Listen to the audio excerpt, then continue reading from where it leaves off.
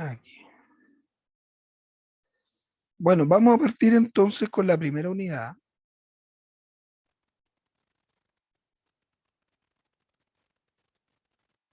¿La ven? No. ¿Estoy compartiendo? Me parece que no. Me equivoqué, parece. Ahora sí. Compartir, compartir. Ahí sí. Entonces me quedo aquí. Como les decía, vamos a ver la primera unidad. Como explicamos en la planificación, nosotros hemos considerado 3 unidades que venimos desarrollando hace aproximadamente unos 4 años. Hemos ido quitando algunas cosas, incorporando otras, pero al final nos hemos quedado con esta estructura en que en una primera unidad intentamos acercarnos de manera introductoria a ciertos conceptos o a cierta terminología que debiera ser básica y que se les pudiera presentar en el ejercicio profesional y que conviene tenerla presente. Aquí voy a reiterar una advertencia, más bien una sugerencia que dimos en el otro curso también.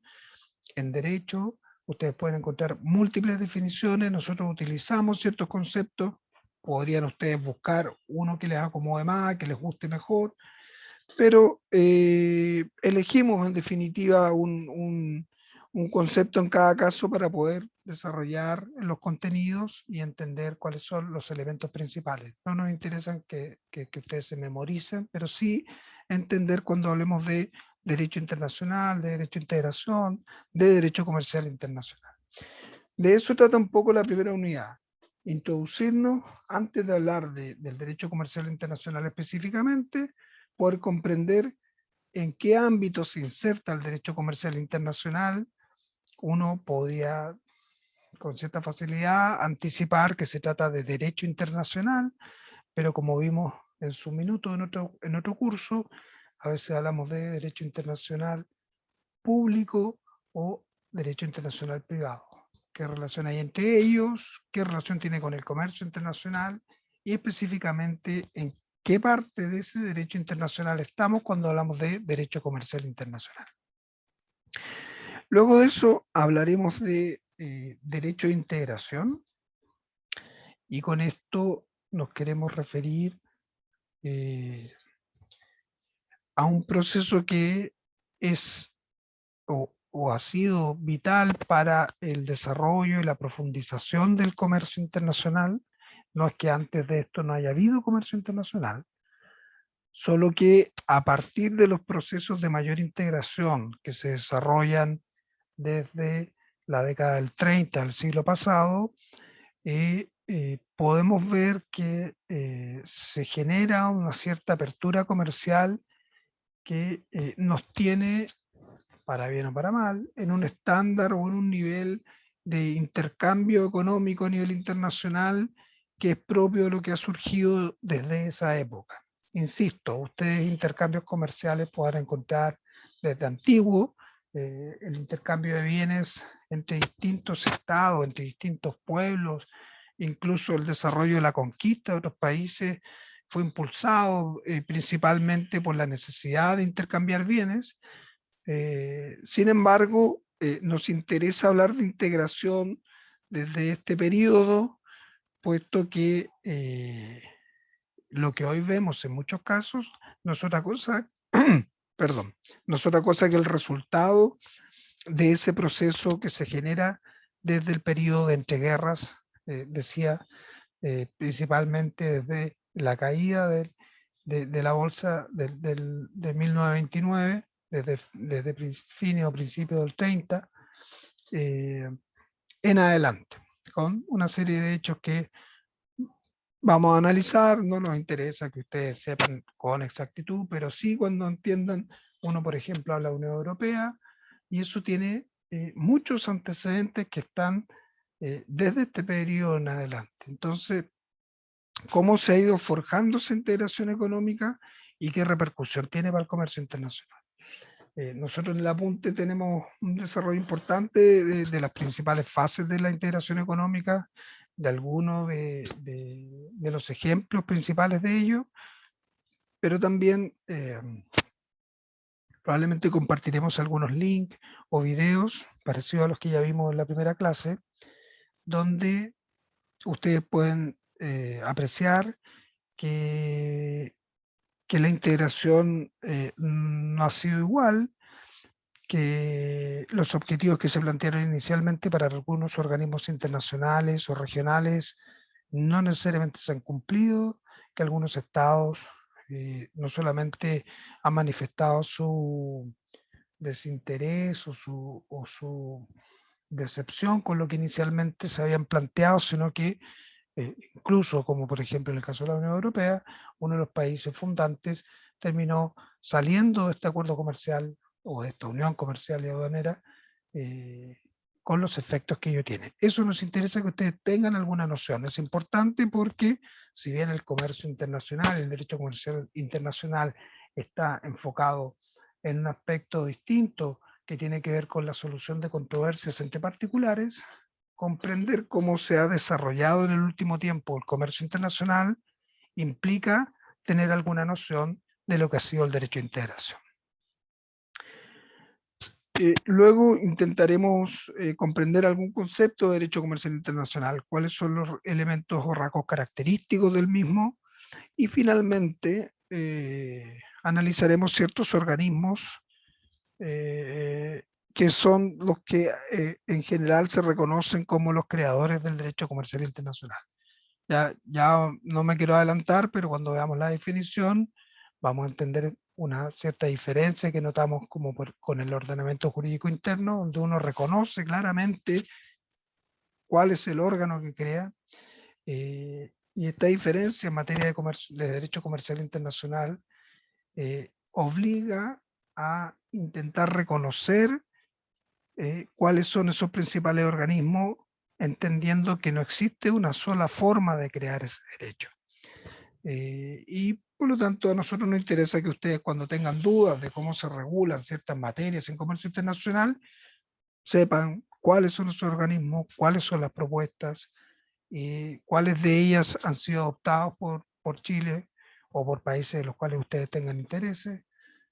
Y hoy día, con el nivel de información que hay, todos esos organismos tienen páginas que se pueden, o sitios electrónicos que se pueden visitar, y donde podemos encontrar información relevante para el derecho comercial internacional.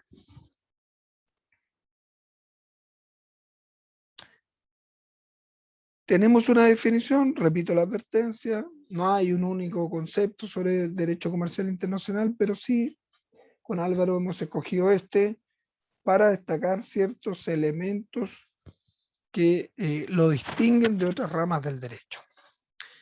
Yo no sé si alguien se anima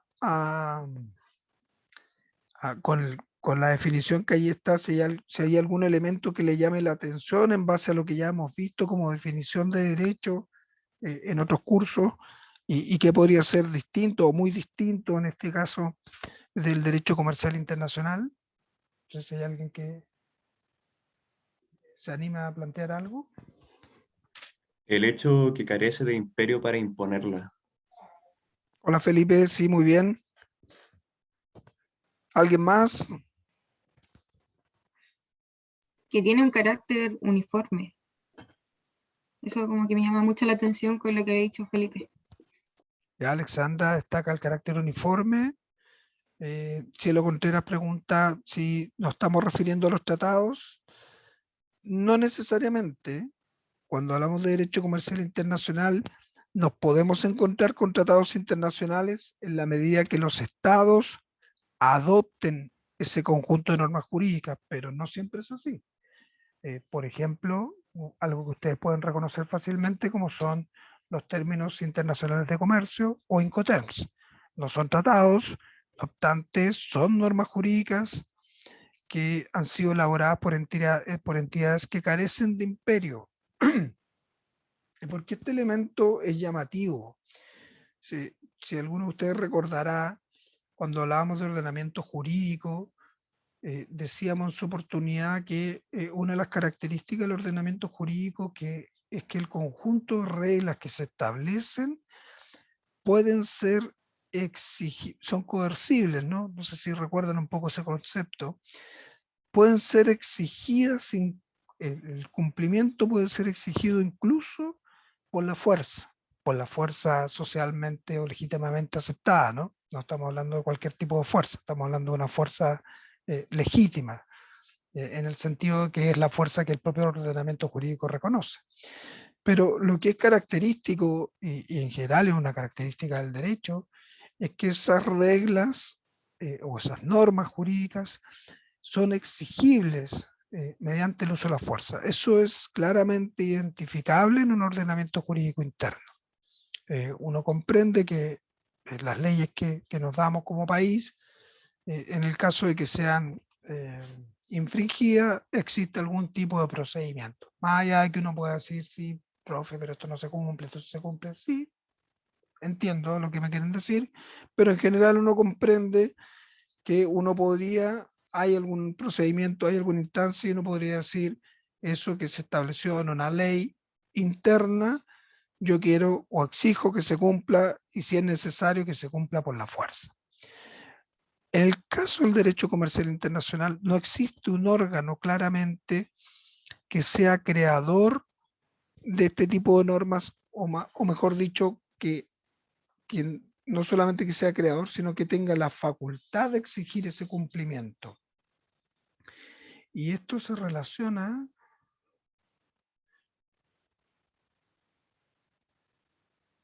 sí, aquí alguien me comenta si cuando hablamos de obligar y no era esta exigencia por la fuerza, podría ser una obligación moral. No es una obligación moral el derecho comercial internacional. Como es derecho, sí efectivamente exige el cumplimiento de la normativa. Lo distinto es que usted no tiene o lo que intenta de alguna forma responder el derecho comercial internacional, es decir, ¿a quién acudo para poder resolver este conflicto? Y en caso de resolver o en caso de identificar al órgano al cual uno puede acudir, ¿qué derecho voy a aplicar? Si es que tengo un asunto controvertido, cuando estamos en presencia, por ejemplo, de un contrato de compraventa internacional de mercancías entre empresas cuyos establecimientos están en distintos estados. Tengo un contrato celebrado entre una empresa chilena y una alemana. ¿Es competente el tribunal alemán para resolver un asunto controvertido entre esas empresas? Y si es competente, ¿aplicará derecho alemán? ¿Aplicará derecho chileno? ¿O hay un cierto conjunto de reglas o normas jurídicas que regulan esa relación de comercio internacional y que son aplicables en este caso? Y finalmente, si ese tribunal alemán, aplicando el derecho que corresponde aplicar, adopta una decisión, dicta una sentencia, esa sentencia extranjera se puede cumplir en otro país. Para el ejemplo, ¿puede ser exigible en Chile? Bien, eso un poco son las preguntas o los problemas que intenta resolver el derecho internacional privado, pero por su parte, en forma más específica, el derecho comercial internacional. Cuando hablaba de la falta de la falta de imperio para poder imponer este conjunto de reglas, aparece otro elemento que es el que consultaba Alexandra, que decía relación con el carácter uniforme. Como relaciónenlo un poco con lo que vimos en su momento con la certeza jurídica o con la seguridad jurídica. Si no existe un órgano que tiene la facultad para exigir el cumplimiento de este tipo de reglas, ¿cómo logramos entender qué certeza tenemos de cuáles son las reglas que se van a aplicar? Y ahí es donde aparece la necesidad de uniformar las normas jurídicas que se apliquen al comercio internacional. Ese es quizás, más que una característica, es probablemente un objetivo intrínseco a esta rama del derecho.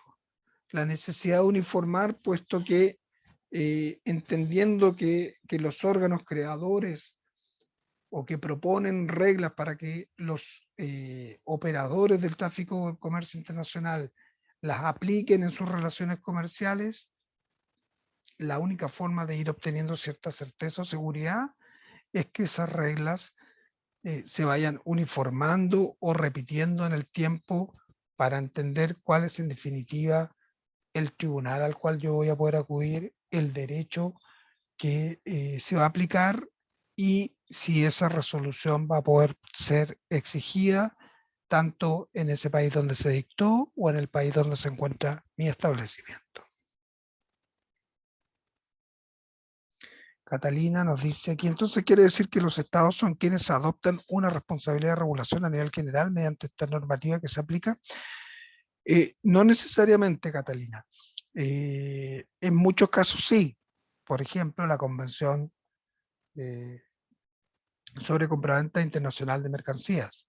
Esa es una convención que adoptaron los estados, que adoptó Chile, por ejemplo, y que pasa a ser parte de la normativa o del ordenamiento jurídico interno. Pero, como veremos en su oportunidad, en la mayoría de estos casos, esas normas fueron creadas o propuestas por otros organismos internacionales. Un CITRAL, un IDROI, que son instituciones de carácter privado, no son entes públicos necesariamente. Un IDROI, por ejemplo, no es un ente público. No obstante, para el desarrollo del comercio internacional, han logrado establecer una forma de proceder y de proponer ciertas normas. Otro ejemplo, la ley de arbitraje comercial internacional, nuestra ley de arbitraje comercial internacional está basada en una de estas propuestas de estos organismos internacionales. Y por lo tanto no se puede desconocer que el antecedente inmediato y el impulso para poder dictar una norma de estas características que ayuda a los operadores del tráfico del comercio internacional a decir, bueno, ¿qué hago o qué mecanismo de arbitraje utilizo y qué validez tendrá y qué procedimiento se aplicará? Bueno, esa fue una propuesta que hizo un organismo internacional y que en definitiva Chile con ciertos matices o con ciertas precisiones la adoptó como normativa interna. Entonces, respondiendo, en algunos casos sí, cuando sean los estados los que adopten ese conjunto de normas propuestas por los organismos o las entidades internacionales, pero en otros casos estas normas jurídicas no necesariamente van a encontrar su fuente en un tratado internacional. Y así tenemos, nuevamente lo traigo a colación, el caso de los términos internacionales de comercio. Los 5 términos no emanan de un tratado, no son parte de un tratado, no es un acuerdo que adoptan los estados. Por el contrario, hay una participación más activa y protagonista de los propios comerciantes internacionales que a través de un tipo de organismo internacional cada cierto tiempo proponen estas reglas. ¿Están obligados los comerciantes a utilizar los 5 términos? No, no están obligados. Pero ustedes mejor que nosotros sabrán que estos 5 términos son de un uso frecuente en el comercio internacional. ¿Por qué? Porque en definitiva han logrado, de alguna manera, dar con este objetivo del carácter uniforme. Han logrado establecer cierta uniformidad en los alcances de responsabilidad respecto a la entrega de las mercancías, a la contratación de seguros, y que se ha ido o que ha ido evolucionando con el propio comercio internacional. Entonces, por un lado sí, porque hay ciertos tratados que los estados adoptan y que recogen estas reglas, pero en otros casos no necesariamente es un tratado internacional porque hay otras reglas emanadas de entidades que carecen de imperio en que son aplicadas por operadores de tráfico mercantil porque tienen un carácter uniforme o logran uniformar soluciones respecto de asuntos controvertidos en materia de comercio internacional. No sé si logro dar con la respuesta, Catalina.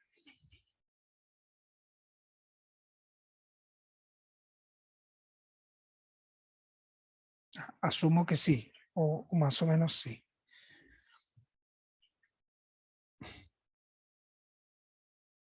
Sí, profe, gracias. Bueno, antes de continuar un poco con el desarrollo del concepto de derecho comercial internacional,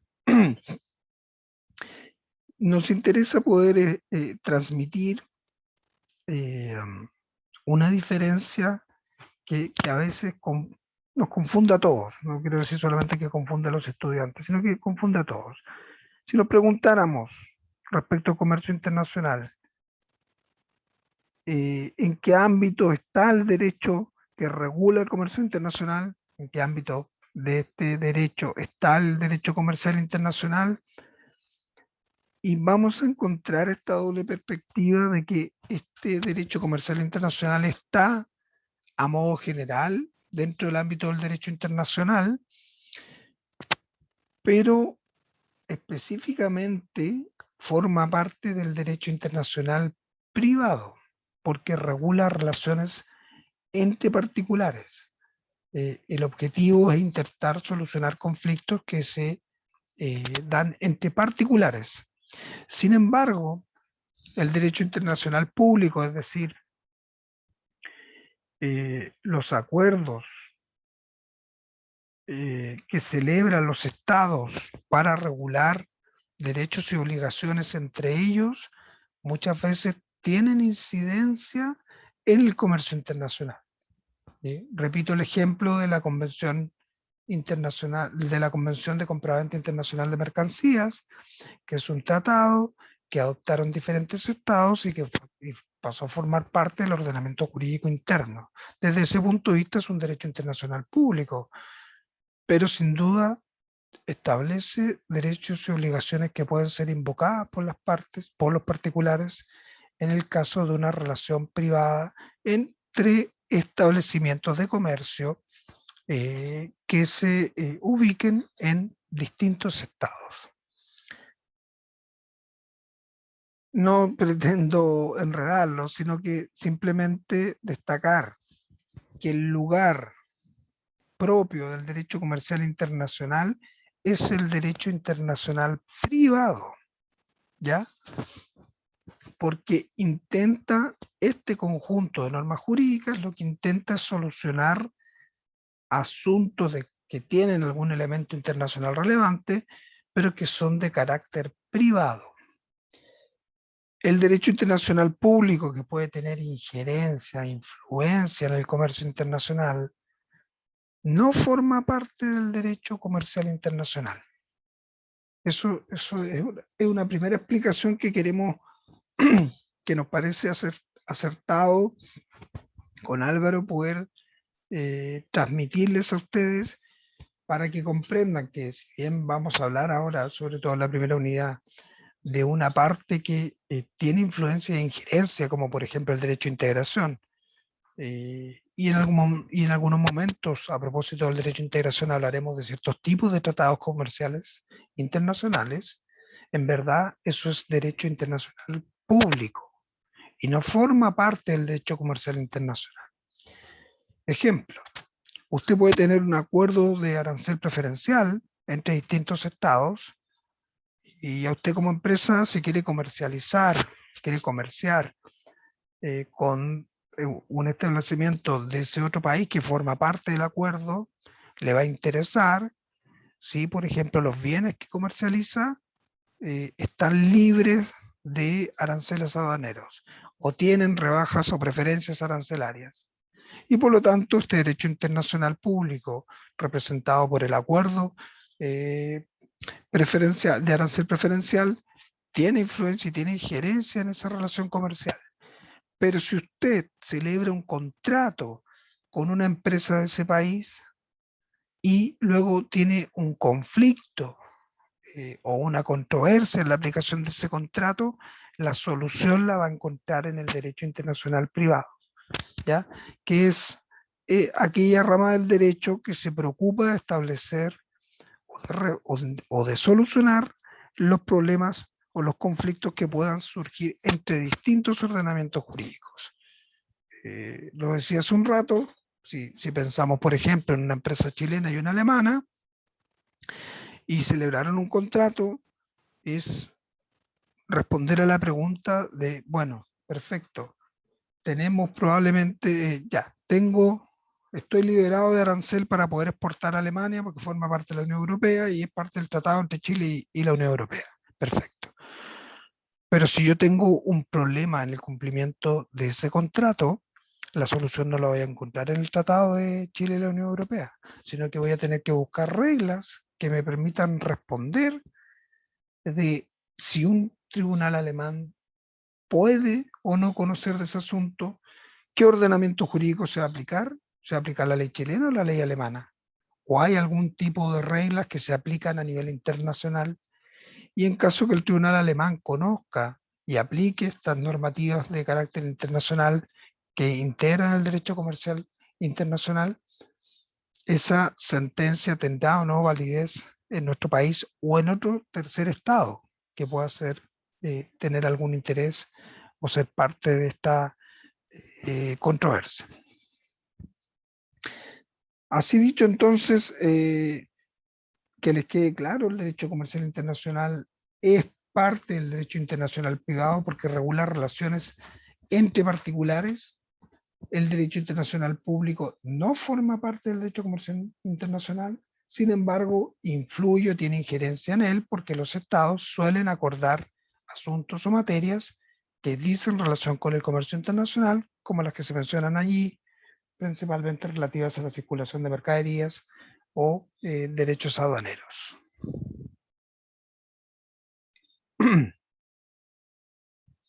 ¿Alguna duda o consulta?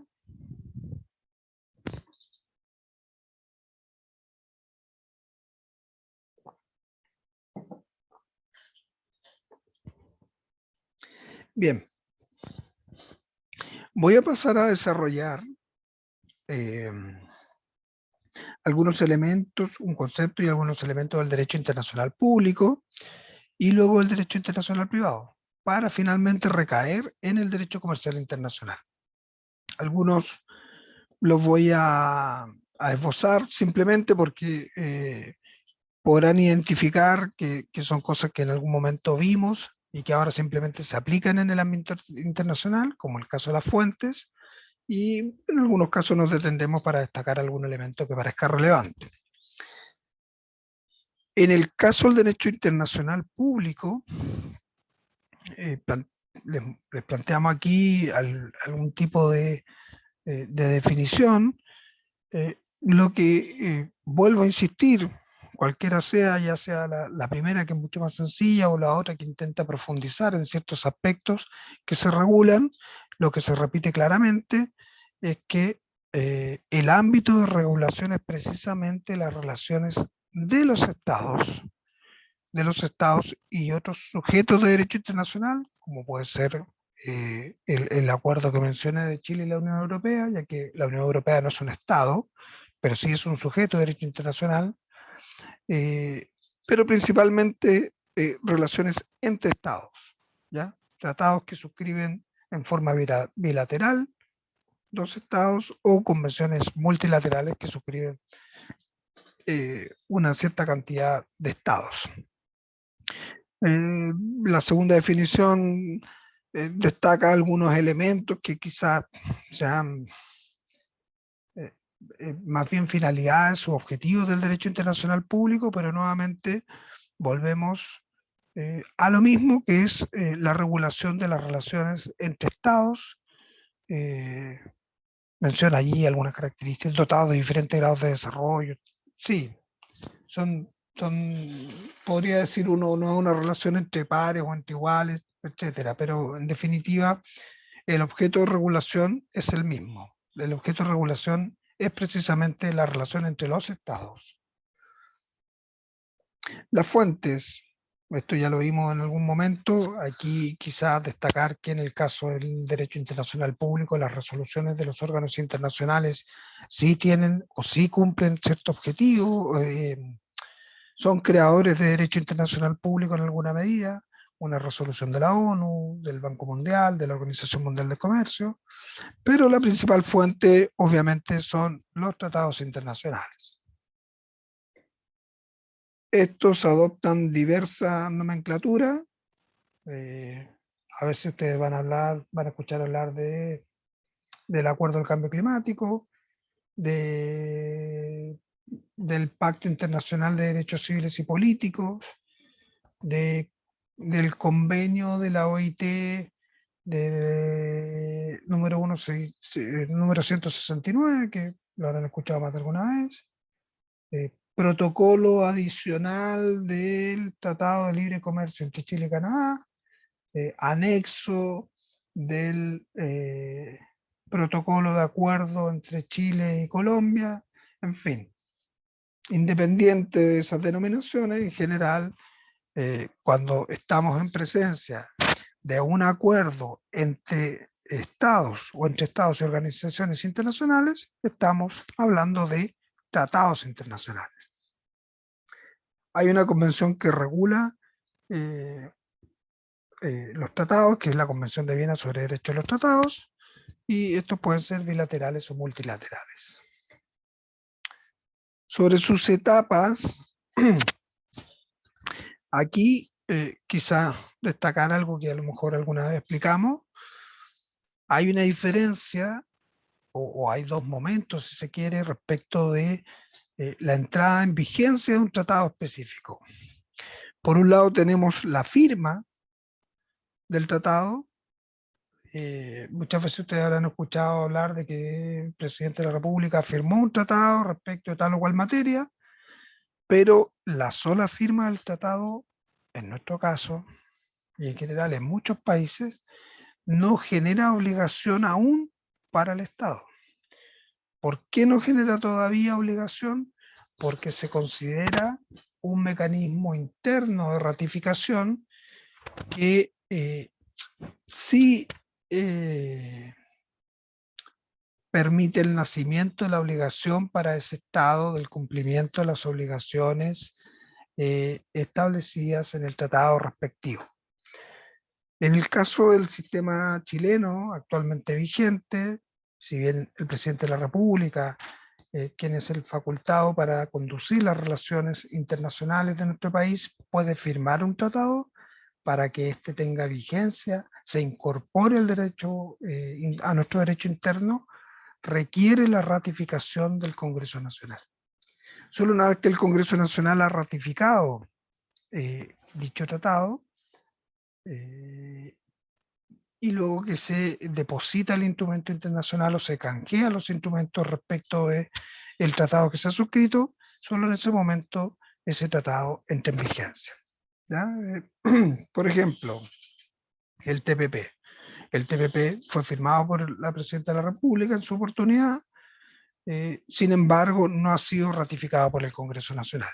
Por lo tanto, sus disposiciones no son exigibles a Chile. Como ven, ahí tenemos un tratado que fue firmado, pero que no ha sido ratificado. Cuando los tratados son aprobados, en general se utiliza una nomenclatura que es bastante sencilla, como la que aparece en el ejemplo. Apruebas el segundo protocolo modificatorio, el protocolo adicional al acuerdo marco de la Alianza del Pacífico. Esto no es otra cosa que un tratado internacional, ¿ya?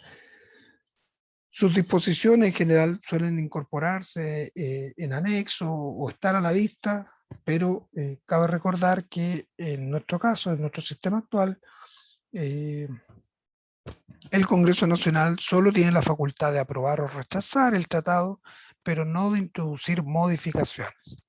Por lo tanto, se somete a la aprobación y generalmente por una cuestión de deferencia internacional, el tratado se aprueba, pero en general no se rechazan los tratados. se dejan estar y simplemente no se aprueban porque por algún motivo hay algún grado de desacuerdo. Suele suceder también que en general el presidente, cuando conduce estas relaciones a través de los ministerios respectivos, Ministerio de Relaciones Exteriores o algún otro que esté interesado también en la materia, si se trata de otro ámbito, hay cierto consenso en que se va a suscribir ese tratado, pero bueno, como ya hemos visto en el último tiempo, no solamente con el TPP, sino que con otros acuerdos, como el Pacto Migratorio, el Acuerdo Escazú, ese consenso no siempre existe, y por lo tanto, si bien se firman esos tratados, no siempre se ratifican.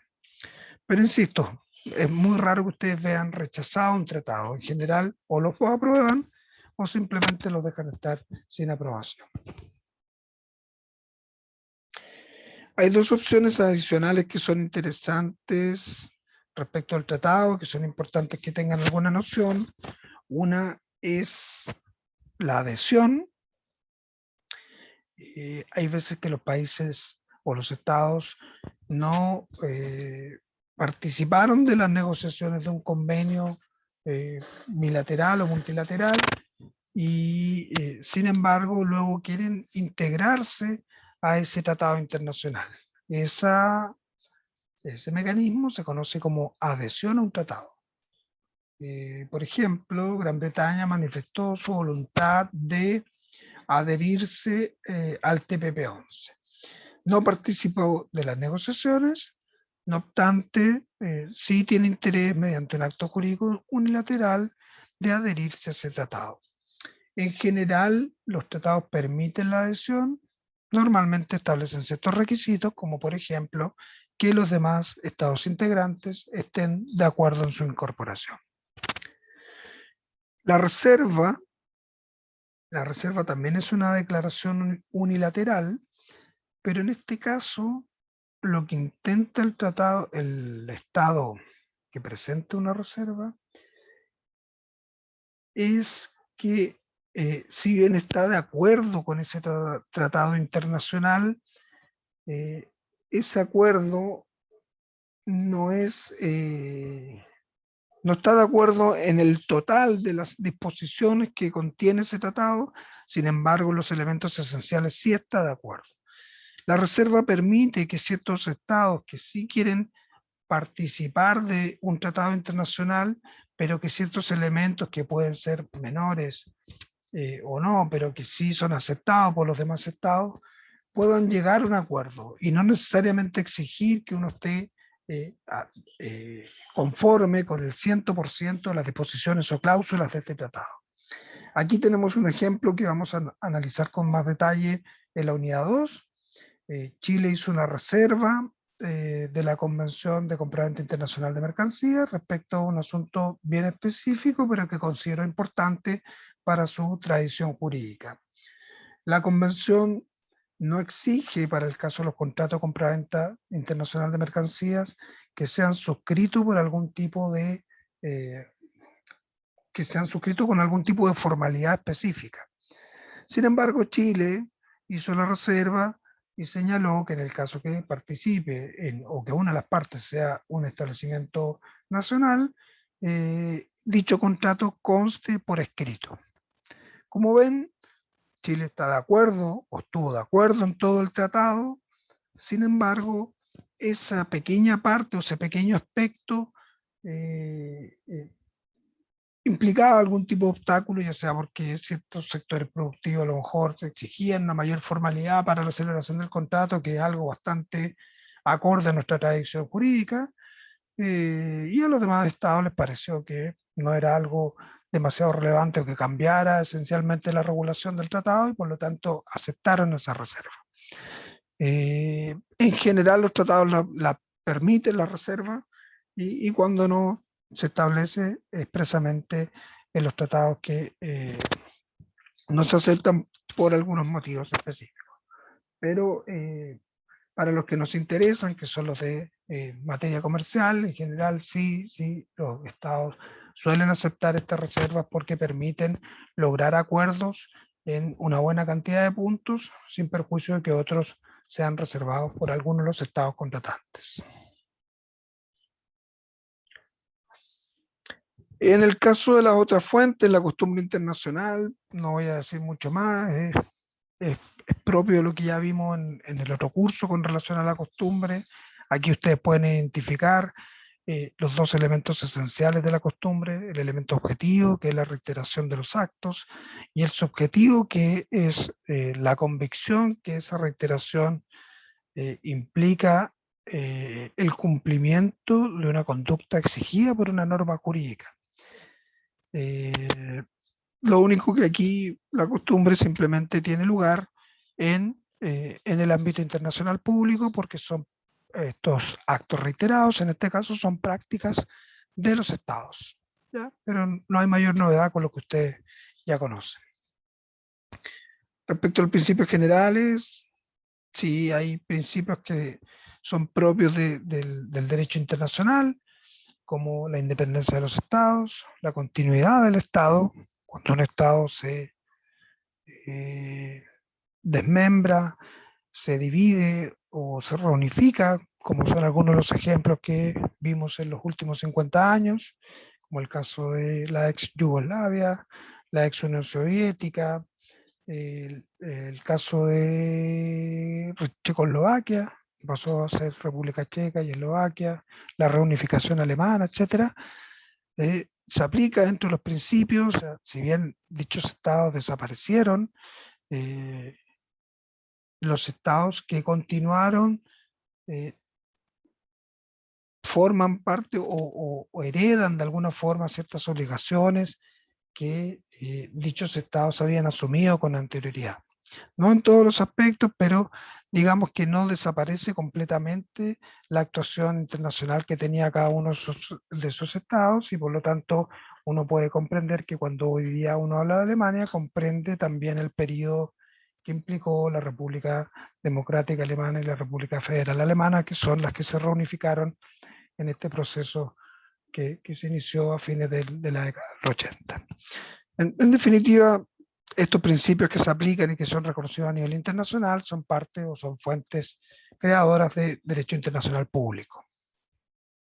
La jurisprudencia internacional, que son las decisiones de los tribunales internacionales, las resoluciones que ya algo mencioné, y la doctrina. En el caso del derecho internacional público,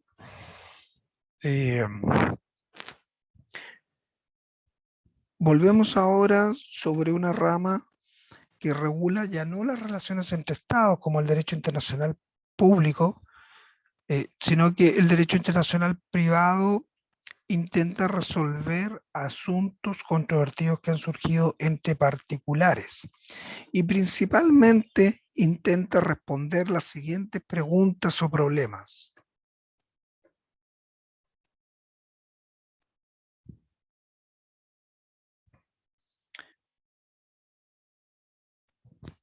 Nosotros destacamos los tres primeros porque son los más atingentes al comercio internacional, pero las dos últimas preguntas también, de alguna forma, el derecho internacional privado las intenta resolver. Como ya dijimos, en un asunto que surja entre comerciantes de distintos estados, ¿cuál de esos tribunales tendrá competencia para conocer del asunto? Lo he dicho un par de veces a propósito del caso de un comerciante chileno y alemán. ¿El tribunal chileno o el alemán tendrán competencia para conocer del asunto? Resuelto esto, ¿cuál derecho se va a aplicar? ¿El ordenamiento jurídico chileno o el alemán? ¿O hay otras reglas que son propias del derecho internacional privado o el derecho comercial internacional que se aplicarán a este caso? En el caso que conozca el tribunal alemán, ¿qué efecto tendrá la sentencia que se dicte? ¿Esa sentencia se puede aplicar en Chile o no? Esas son principalmente las preguntas que intenta resolver. No es que las otras no nos importen, pero están menos relacionadas con el comercio internacional. Como ven, ya no es relaciones entre estados o entre estados y organizaciones internacionales, sino que la respuesta que busca es cómo resolver un conflicto de ordenamientos jurídicos. Tengo un asunto controvertido, hay un elemento internacional que es relevante, ¿qué ordenamiento jurídico aplico? ¿Qué tribunal tiene competencia? ¿Y cómo o qué efecto tiene la decisión que adopta ese tribunal en caso que sea un tribunal extranjero? Voy ¿alguien tiene alguna duda o alguna pregunta? Perdón si un poco rápido, pero nos interesaba un poco poder avanzar con esta primera parte. ¿Alguien tiene alguna duda? Yo, profe, en cuanto al derecho privado, Sí. la última fuente, la de doctrina, no me quedó claro. No sé si... A ver, la doctrina como fuente, ustedes la van a encontrar en casi todas las ramas del derecho. Tiene menos relevancia que la otra fuente. En el caso del derecho internacional público, la principal fuente son los tratados internacionales. También tendrá la costumbre internacional, los principios generales, la jurisprudencia, pero en algunos casos, cuando ninguna de esas fuentes es capaz de otorgar o demostrar cuál es la solución jurídica para un asunto determinado, muchas veces esas reglas se encuentran en los estudios de personas que se han destacado en el desarrollo de la ciencia del derecho en un ámbito determinado y así no va a encontrar la solución ni en el tratado ni en ninguna de las otras fuentes, sino que probablemente en una publicación de un jurista internacional destacado que pueda ser mencionada en una sentencia. Digo que es menos relevante porque no es que se aplique directamente la solución como fuente, pero probablemente una sentencia que como jurisprudencia internacional sí es fuente o una fuente más propia creadora del derecho, reconozca la opinión que tiene cierto autor respecto de una materia determinada. O bien, tenemos un tratado internacional, sin embargo, no comprendemos del todo, o bien las regulaciones, como lo vimos en su oportunidad, son de tipo general y abstracto, pues, porque tratan de concebirse para la aplicación de un número indeterminado de casos, no para casos particulares, o específicos, mejor dicho. Entonces, queremos entender cuál es la interpretación correcta o más adecuada de una norma que está en un tratado internacional y para comprender ese sentido y alcance de esa norma, recurro a la opinión que tienen los autores más destacadas en la materia. ¿Es fuente del derecho? Directamente podríamos decir que no es una fuente creadora del derecho, pero indirectamente porque va siendo reconocida por otras fuentes, como por ejemplo que en la redacción del tratado se haya considerado una teoría que tenía cierto autor sobre la responsabilidad en caso de daño a la mercancía, sí logra tener influencia a la hora de crear derecho. En ese sentido, la doctrina, es decir, la opinión de autores destacados en un ámbito del derecho, es considerada fuente en la mayoría de las ramas del derecho. En este caso, el derecho internacional público y también lo es del derecho internacional privado. No sé si me expliqué ahí, Daniel. Ya, profe. Sí, muchas gracias. Bien. Bueno, vamos a ir concluyendo por hoy. Y les iba a mencionar ciertos ejemplos que tiene nuestro ordenamiento jurídico sobre reglas de derecho internacional privado que responden a algunas de estas preguntas. Nuestro Código Civil es de mediados del siglo XIX y en cierto modo fue bastante novedoso en la incorporación de ciertas reglas del derecho internacional privado. Si ustedes ven cuáles son los problemas que intenta abordar el derecho internacional privado, tenemos cuáles son los derechos y obligaciones de los extranjeros en el país. Aquí tenemos una regla en el artículo 14. La ley es obligatoria para todos los habitantes de la República, incluso los extranjeros. Es decir, que los derechos y obligaciones de los extranjeros en nuestro país son los mismos que tenemos el resto de los habitantes de la República. No hace distinción. algo que ahora nos podría parecer bastante sensato, que probablemente sea la solución más habitual, no lo era así en la mitad del siglo XIX. Y el Código Civil incorporó estas reglas de derecho internacional. En el artículo 15 menciona otra regla, ahora quizás desde el punto de vista contrario. La ley chilena sigue al chileno fuera del territorio nacional.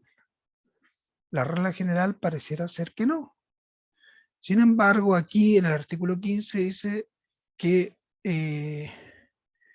independiente que el chileno tenga su residencia o domicilio en el país extranjero, sigue sujeto a ciertas obligaciones y derechos civiles establecidos por nuestra ley nacional. ¿En qué caso? El caso número 1, relativo al estado de las personas y su capacidad para ejecutar ciertos actos. En el segundo caso, obligaciones y derechos que emanan de relaciones de familia. Al tiro, Valentina. Por ejemplo, si un chileno vive en Suecia, pero tiene un hijo en Chile, sigue estando obligado a otorgar alimentos a ese hijo menor de edad que tiene en Chile. En ese sentido, aquí hay una solución de derecho internacional privado, porque estamos hablando de relaciones entre particulares, relaciones entre privados, y vemos que la ley chilena considera una regla que se aplica a un chileno que no vive en Chile, que está fuera de Chile. Es decir, establece un efecto extraterritorial de la ley en el sentido de que para estas dos materias que establece el artículo 15, se mantiene o sigue estando sujeto a la ley que considera el ordenamiento jurídico nacional. Valentina. Yo quería, es que ahora que hice explicación, no creo que tenga mucho sentido mi pregunta, pero Bueno, era si yo viajo a un país, por ejemplo, donde el aborto es legal, en general, no como acá en Chile, que es solo con 3 causales, y me realizo un aborto allá, no debería haber problema acá en Chile cuando vuelvo, ¿sí? mire, tiene cierto grado de complejidad su pregunta. Pero efectivamente, porque estamos hablando allí ya no de relación entre particulares, sino que de la aplicación del derecho penal, ¿cierto? Entonces, entramos en un ámbito que no es el ámbito privado, sino que es el ámbito público. En principio le diría que en el país donde se realiza el aborto no queda sujeta a ninguna pena porque no está penado en ese país. Y luego se aplican otras reglas si es que usted vuelve a Chile, y en general podría quedar exenta de la pena de ese delito. Quizás lo llevo a una solución que se aplicó bastante en alguna oportunidad y que está más relacionada con el derecho privado o relación entre particulares, que decía relación con el divorcio. El divorcio se reconoció en Chile recién en el año 2004, pero antes de esa época había matrimonios que viajaban a otro país, Uruguay, por ejemplo, que reconoció el divorcio casi a principios del siglo XX, y se divorciaban allá. ¿Qué valor tenía eso en Chile? De acuerdo a esta regla, ninguno. Porque el artículo 15 dice que en lo relativo al estado de las personas siguen estando sujetos a las leyes patrias. Bueno, para efecto de la ley chilena seguían estando casados, aunque en Uruguay se divorciaron. La gente se da ese gustito atendido que no existía divorcio en Chile. Sin embargo, la verdad es que el efecto que tenía a nivel interno era ninguno. Y alguien preguntaba por el chat, ¿son solo algunas leyes? Sí, específicamente son solo algunas leyes. ¿Viajaban por las puras? No lo sé. Efectivamente aquí en Chile no podían hacer valer ese divorcio, pero bueno, las personas se querían divorciar y la verdad, lamentablemente nuestro ordenamiento no consideraba una solución. Menos mal, creo yo, a partir del 2004 reconoció algo que es reconocible en todos los países del mundo. No hay ninguna novedad. El divorcio es una institución que se conoce en todas partes, ¿no? Eso, menos mal, dice. Bueno, la última regla Respecto a los bienes, aunque las personas, aunque los dueños sean extranjeros y no residan en Chile, los bienes situados en Chile están sujetos a las leyes chilenas. O sea, da lo mismo que un francés compre una casa en Chile, no se va a aplicar el ordenamiento jurídico francés, aunque ese francés no viva en Chile, resida allá, respecto de esa propiedad se va a aplicar la ley chilena. Son pequeños ejemplos de soluciones de derecho internacional privado que consideró nuestro Código Civil, que nos sirven un poco para explicar de qué forma algunos ordenamientos dan respuestas a preguntas que se hace el derecho internacional privado. Bien, vamos terminando, pero quiero dejar una pequeña tarea, no es tarea, pero para que puedan comenzar mañana con Álvaro. Y revisen en el apunte, hay una parte que habla de dos cuestiones a tener presente en la determinación si se está en presencia de un conflicto de derecho internacional privado o no, que es uno, el elemento internacional relevante, y dos, cuál es el rol del ordenamiento jurídico interno o del Estado en relación con el derecho internacional privado. ¿Ya? Deben ser 2 o 3 páginas del apunte que puede servir quizás para hacer un poquito más dinámica la clase mañana cuando les toque con Álvaro. Y que las mañanas siempre son un poquito más lentas, creo yo. Eso, no sé si alguien tiene alguna consulta. No, profe. No, profe, ningún. Claro, profe. ¿Estamos claros? Sí, profe, todo claro. Sí, Paula. Daniel también. Bueno, estaríamos quedando hasta aquí. Nos estaríamos viendo nosotros la próxima semana. Vamos a enviar un correo con relación al control de lectura. Y bueno, mañana continúan con estos mismos temas con Álvaro. Así que eso. Nos estamos viendo entonces. Un gusto como siempre. Chao, profe. Chao, chao. que estén Muchas bien. gracias, profe. Chao, profe. No, por nada, Cuídese. que estén bien. Perdón que tengo la voz un poco gastada, pero bueno, propio del invierno, los resfríos típicos del invierno. Chau, chau.